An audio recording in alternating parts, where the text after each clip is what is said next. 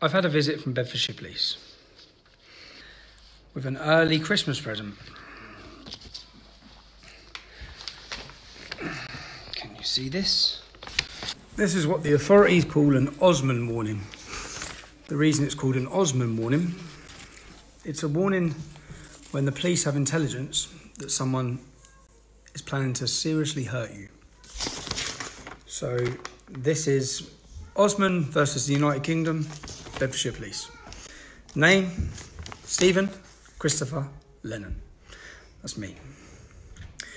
I am PC from Bedfordshire Police. I must inform you that you are not under arrest or under caution. That's a start. I'm in to inform you that we have received information that your well-being may be in danger. This relates to left-wing activists having sourced your home address and are threatening to attend and cause criminal acts of violence. I believe you are personally aware of that, and the situation may have risen as a result of your business activities and lifestyles. No, it's arisen as a result of my political beliefs. This is political targeting of opponents with threats of violence. I must advise you to take appropriate measures to ensure your safety, but warn you that this does not entitle you to break the law.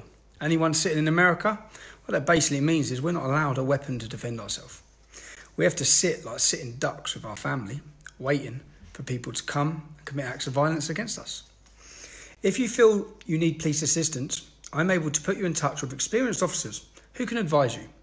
Well, Bedfordshire Police, I have given you countless and numerous amounts of evidence to show you who is threatening me, who is promoting acts of violence against me, and you've not once ever arrested one single person.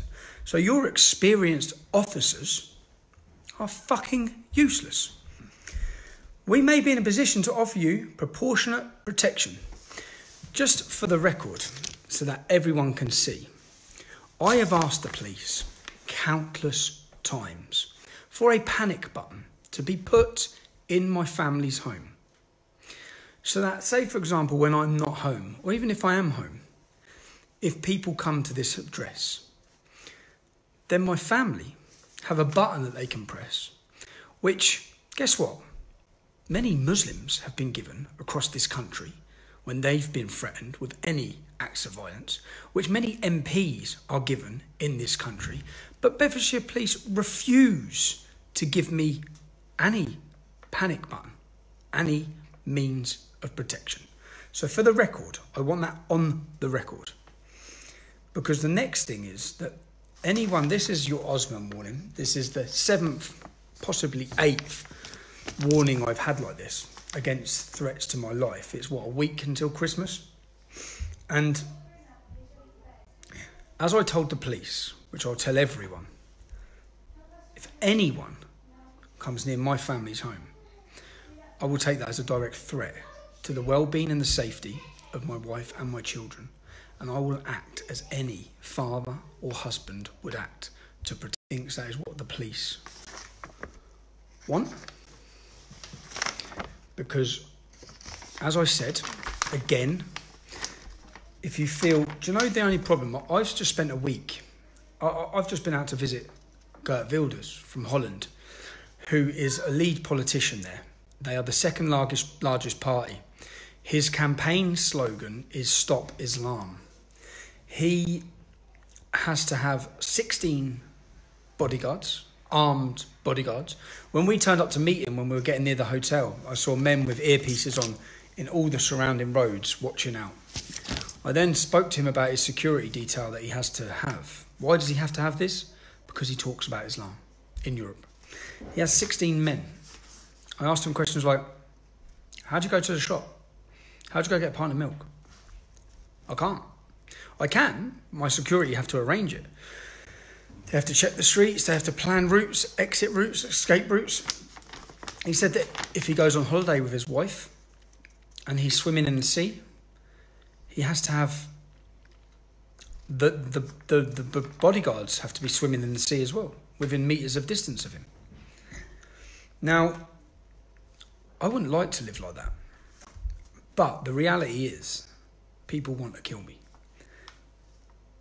And people have already been imprisoned for planning to. And I don't feel I have any protection from the British state or the British authorities.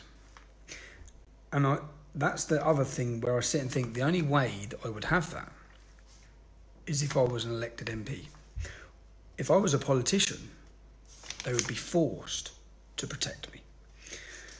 Currently, I've met other friends. I have other friends in Europe. Lars Hedegaard in Denmark, who when I went to meet him, he has 24-hour round-the-clock armed protection because of the threats against him from Muslims in Europe. I'd say I'm up there as big a target as any of them. Now, what this does, which just pisses me off, is this relates to left-wing activists. Some of you may have seen what happened last week. Mum, that's my mum ringing me because she's obviously just seen this. So, Mum, I'll ring you when I finish in 10 minutes.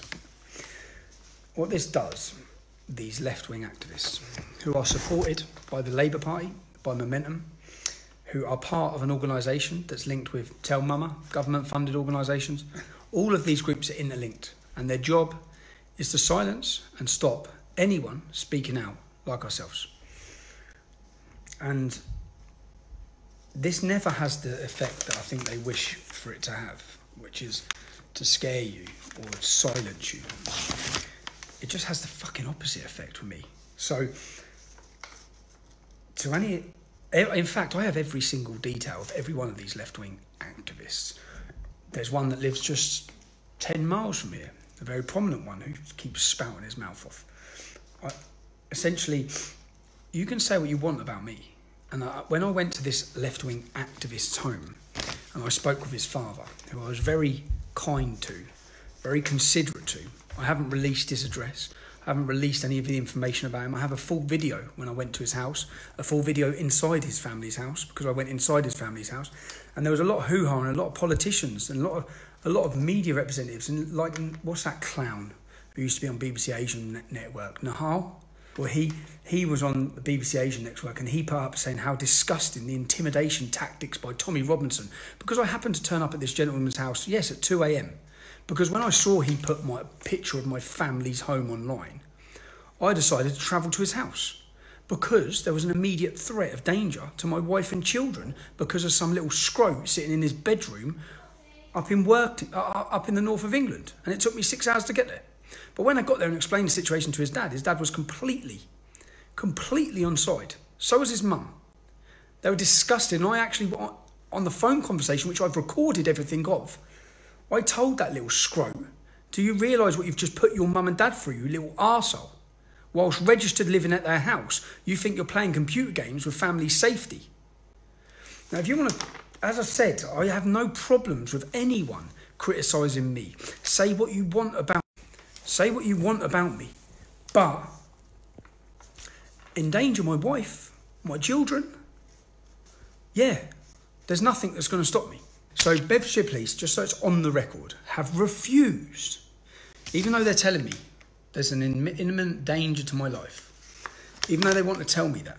Do you know that they knocked at my family's home when I was in custody, so 3 months ago? They knocked at my wife's home and they gave her one of these that specifically told her that someone was planning to throw acid in her face. They knocked at my mum's house at the same time and they gave her one of these that specifically told her people were planning to throw acid in her face. But no panic button. Seems strange, doesn't it? Everyone else gets them. In fact, people have got them for nothing, really. People with domestic issues get panic buttons to the police. Grasses and informants get panic buttons to the police. In fact, I bet Anjem Chowdhury's got a panic button to the police. So, to all those scumbags who were sharing information last week about me, big bad Tommy Robinson, going up to some gentleman's house. The reason I went up to his house was because he endangered my family. If you speak to his mum and his dad, I was very kind and very nice and explained the situation that my family faced at that present time. And in fact, they face now. And they face every fucking day because of little twerps like this.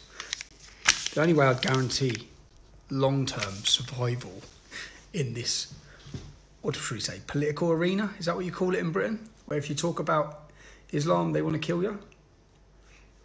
Then the only way to, I'd say, would be to involve in politics. In fact, the only solution really is involved in politics. So, to anyone even contemplating turn up at my house,